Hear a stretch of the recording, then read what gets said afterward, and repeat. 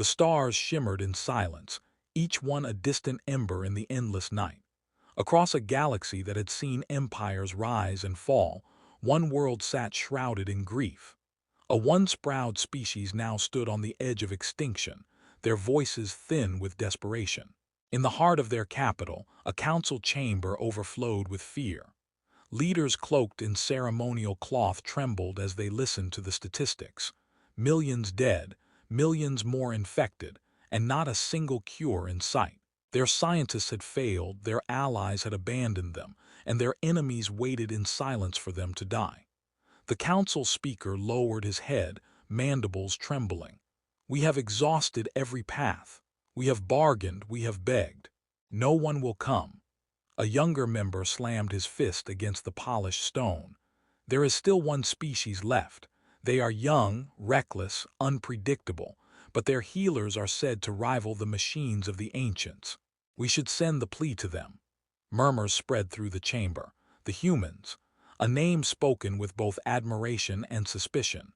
They had burst into interstellar awareness only decades ago, too loud, too ambitious, too emotional. Where other species bowed to caution, humans hurled themselves into challenges with defiance. Where others negotiated for centuries, humans acted in years. They had little territory, but their influence spread like wildfire, and their medical science had saved even species that despised them. "Send the message," the speaker said at last. "We asked for soldiers before and were met with silence. This time we ask for a healer. Perhaps, just perhaps, the humans will hear." The transmission was crafted, carrying data of the plague, genetic codes, and a simple plea repeated in every major galactic tongue. "Help us, Doctor." Far away, in the quiet hum of Earth's orbital relay network, the signal was received. Algorithms flagged it instantly, routing it to the International Science Directorate. Within hours, the message was the most classified transmission on Earth. By dawn, the leaders of every major nation gathered in the Geneva chamber. A circle of wood and steel built after humanity had united under one flag for interstellar dealings. The message played.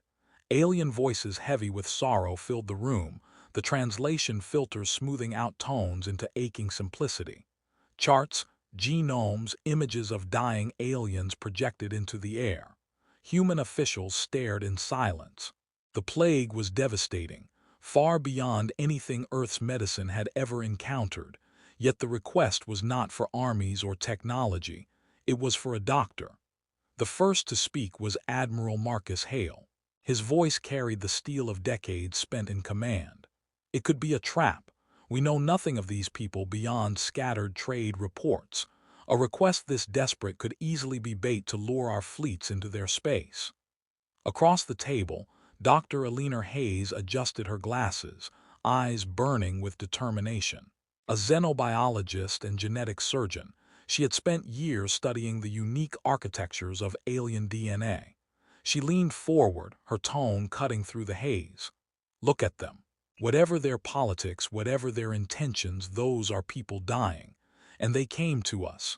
Not to the great empires, not to the old powers, us. If we turn away, what does that make us?" Debate ignited. Military strategists demanded caution. Diplomats suggested limited aid.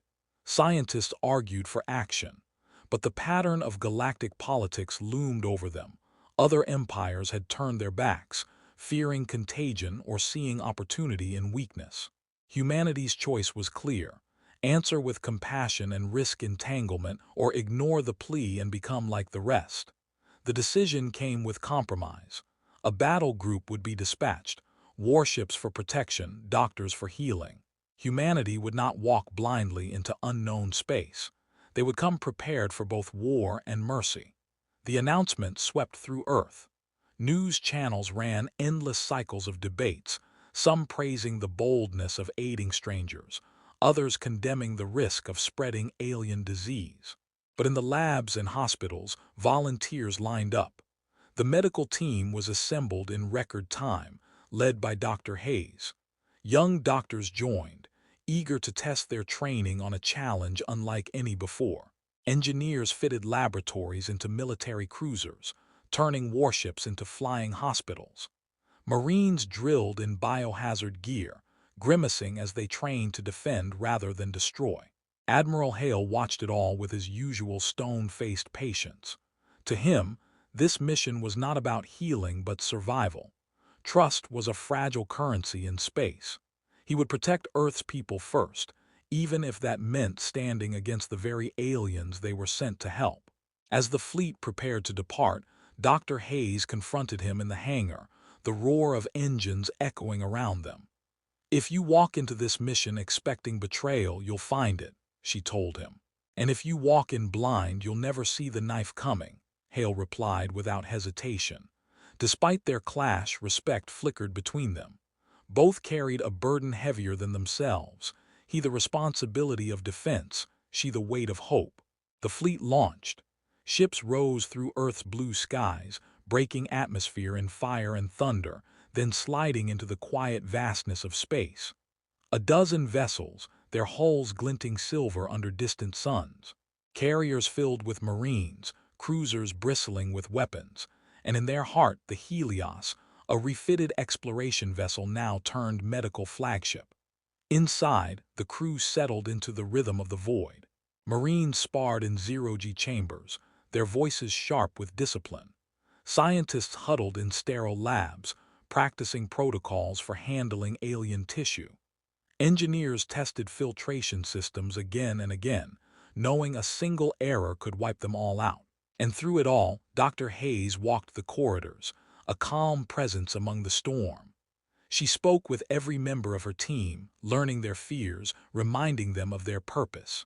They were healers, not soldiers, though they traveled with war at their side. Admiral Hale, meanwhile, reviewed tactical maps, his command deck a shrine to paranoia and precision. He tracked every ship, every supply, every potential threat along their route. His officers knew better than to question his vigilance. In space, the moment you relaxed was the moment you died. Weeks passed in the silent drift of stars. The crew settled into a rhythm, tension woven into their routines. And then, at last, the alien world appeared. A green and gold sphere hanging in the void, its cities dim, its skies shadowed with disease. Even from orbit, sensors painted a picture of suffering. Infrared scans showed mass graves, abandoned districts, burning pyres.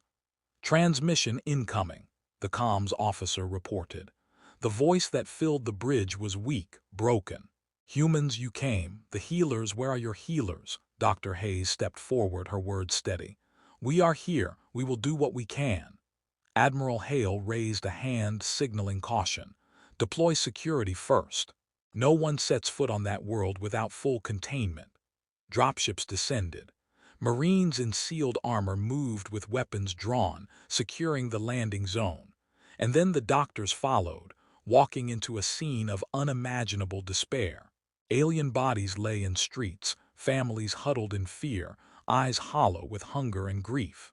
The plague had not only stolen lives, it had stolen hope. The aliens fell to their knees at the sight of the humans. Some wept openly, others simply reached out, touching the armor of Marines as if to confirm they were real. Dr. Hayes knelt beside a dying child, scanning, analyzing, already working before introductions were made. Admiral Hale watched from the ridge, his hand resting on the grip of his sidearm.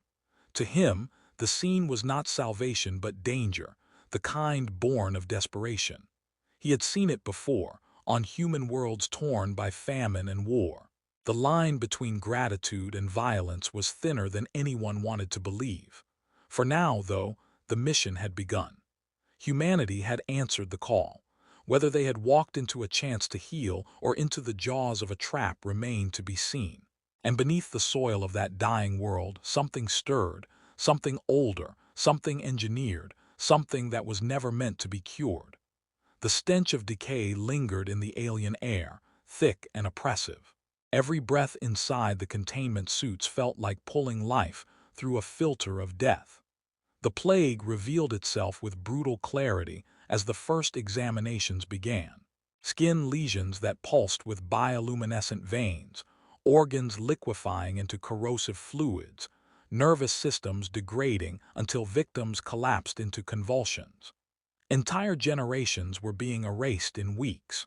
Dr. Hayes and her team set up their first triage center within hours, converting a half-collapsed municipal hall into a hospital. Power flickered from portable generators, and alien survivors lined the streets in silent desperation. Hayes worked without pause, scanning blood, swabbing tissue, analyzing the impossible. The pathogen was unlike anything Earth's databases had ever cataloged, mutating in real time as though it anticipated every attempt to counter it. Reports streamed in from the Marines securing the perimeter. Families clustered outside the barricades, begging to be let through. Children cried as soldiers stood unmoving in their visors, rifles at the ready. Hayes insisted on expanding intake. Hale denied her request, warning of chaos. Their conflict sharpened with every hour, her demand for compassion against his insistence on control. Inside the lab modules, the young doctors argued over hypotheses. One believed the pathogen was viral, another fungal, a third insisted it was synthetic. Hayes silenced them with data. The genome carried redundancies no natural evolution would create. Segments folded back into themselves like puzzles, impossible to decipher without unraveling entire chains. It was not merely a disease. It was a weapon. Word of this discovery reached Admiral Hale. His suspicions hardened instantly. "We are not here for mercy," he said to his officers, his voice echoing cold against the steel of the command deck. "We are standing in the middle of an engineered battlefield. Until proven otherwise, every one of these creatures could be complicit." His orders doubled the security zones, Marines patrolling even within hospital wards, rifles raised between the humans and those they treated.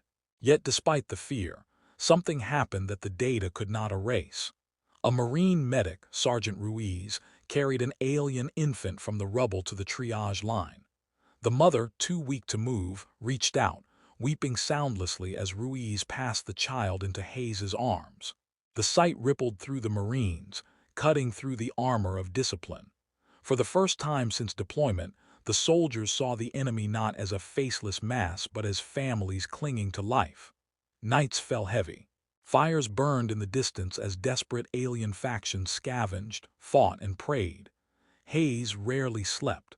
She immersed herself in the data, her face hollowed by exhaustion yet burning with resolve. She discovered a temporary suppressant, a chemical mixture that slowed progression for several hours. It was not a cure, but for the first time, patients stabilized instead of slipping into death. The aliens began to whisper of the miracle of human healers. The Council of Alien Leaders summoned Hayes and Hale together. Their chamber, once a throne of authority, now reeked of sickness. Leaders collapsed mid-sentence, attendants rushing them out. Between coughs and trembling limbs, they revealed a truth that chilled even Hale. Other empires had known of the disease but had refused to help. Worse, some had demanded submission in exchange for aid, proposing enslavement of survivors as the price of salvation. Humanity was the first to arrive without terms. "Why us?" Hale demanded. The eldest of the aliens, eyes clouded with fever, replied simply, "Because you are still young. You have not yet learned to abandon compassion." The words unsettled him. He could not decide if they were praise or a warning. Tensions rose as fractures appeared within the alien population itself. Religious zealots declared the plague divine punishment, denouncing the humans as blasphemers interfering with destiny. Raids on supply lines began.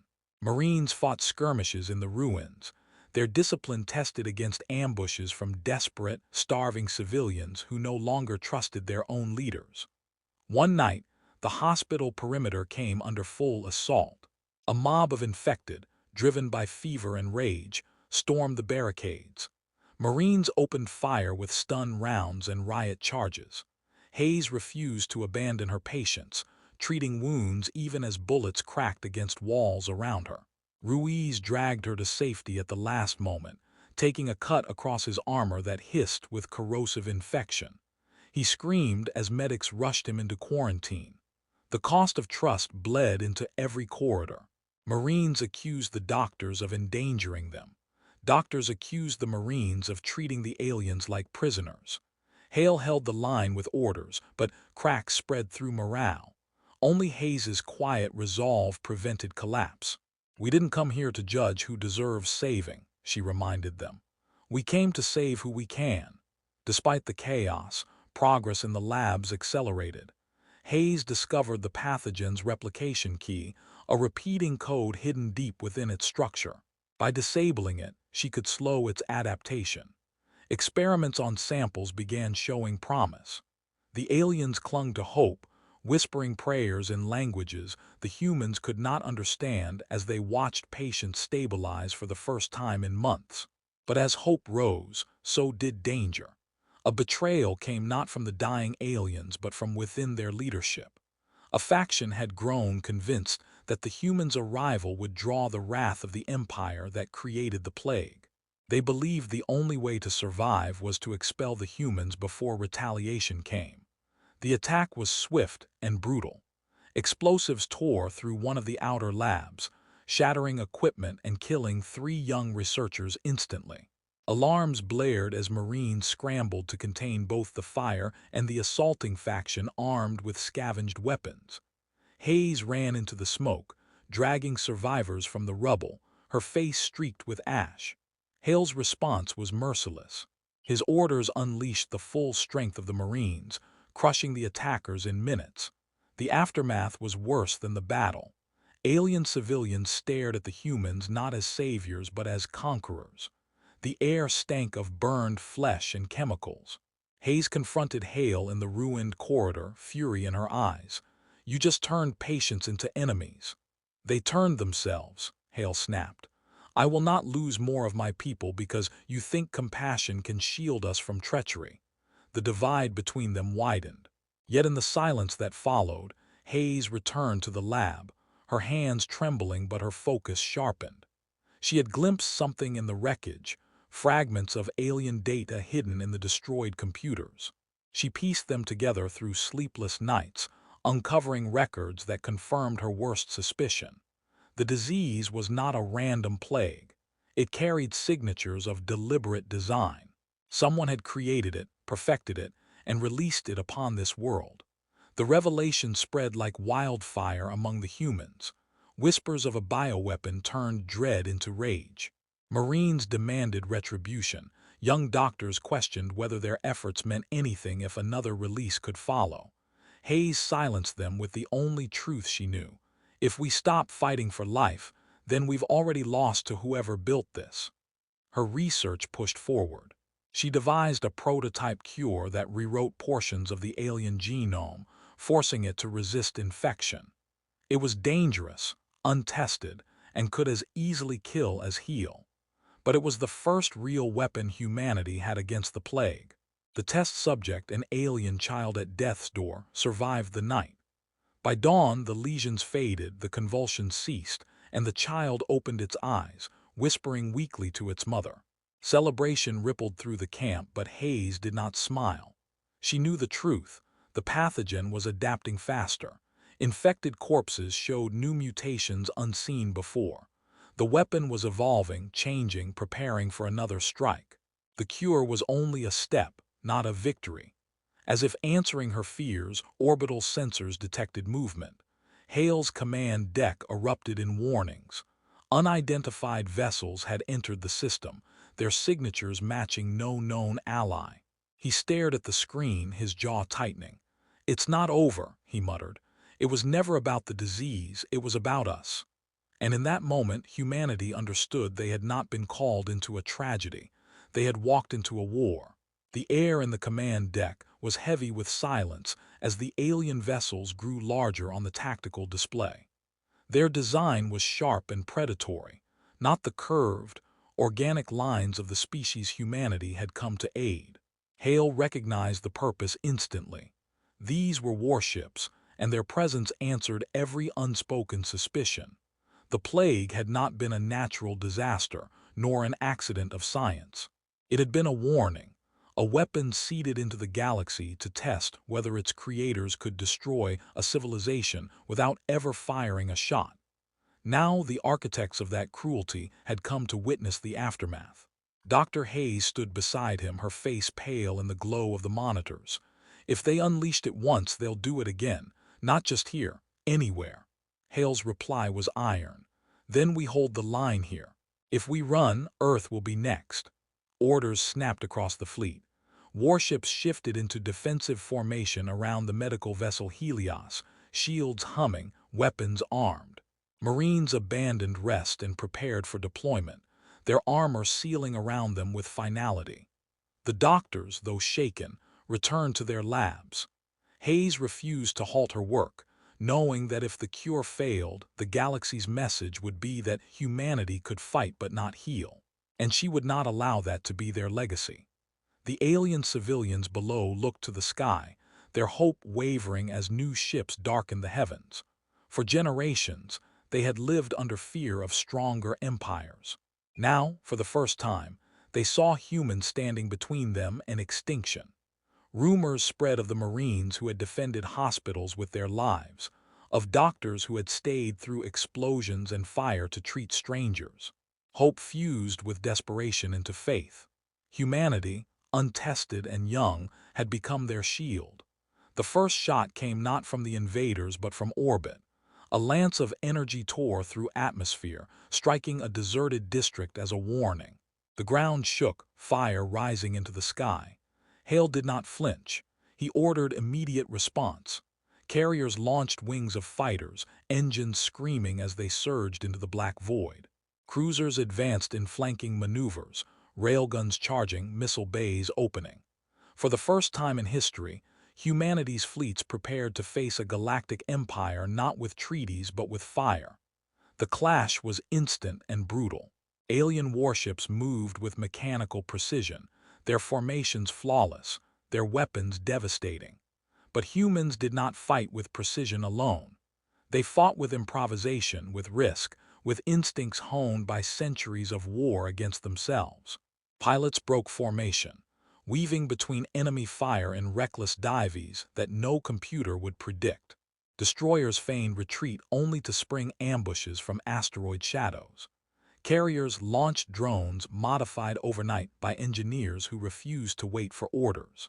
The galaxy's oldest empire faced something it had never accounted for. Chaos sharpened into strategy. Below, Marines engaged ground forces dropped from the enemy vessels. The attackers struck hospitals first, intent on destroying humanity's work. Hayes refused evacuation, rallying her team to continue distributing the experimental cure even as explosions shattered walls. Marines formed human shields around medical bays, firing relentlessly into advancing troops. Sergeant Ruiz, still scarred from infection, led his squad through collapsing corridors, dragging wounded aliens to safety while covering Hayes's researchers. Every step forward was earned with blood, every life saved another defiance against inevitability.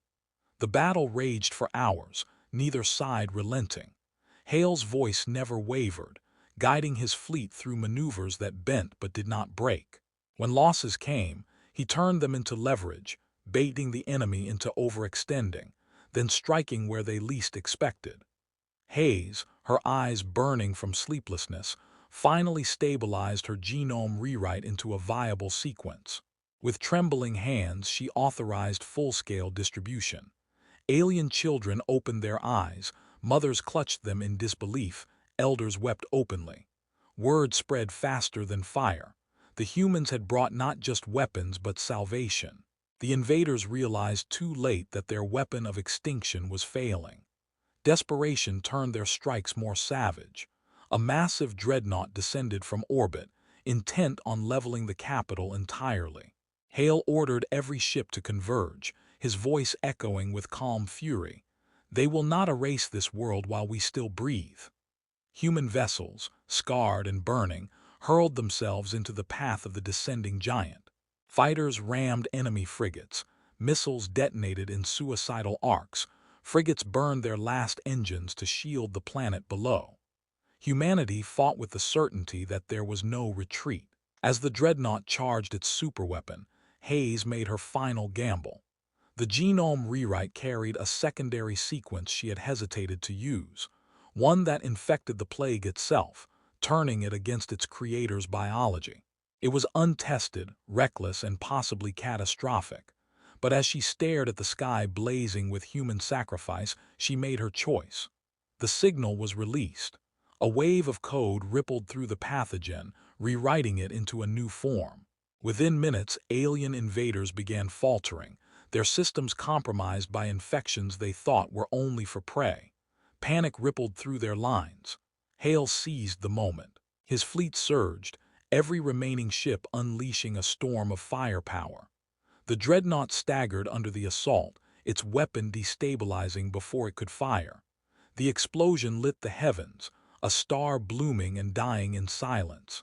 When the smoke cleared, the invaders were retreating, their precision broken, their arrogance shattered. Humanity, bloodied and scarred, still stood. On the ground, Hayes watched the first cured alien children running through the ruins, laughter piercing the despair.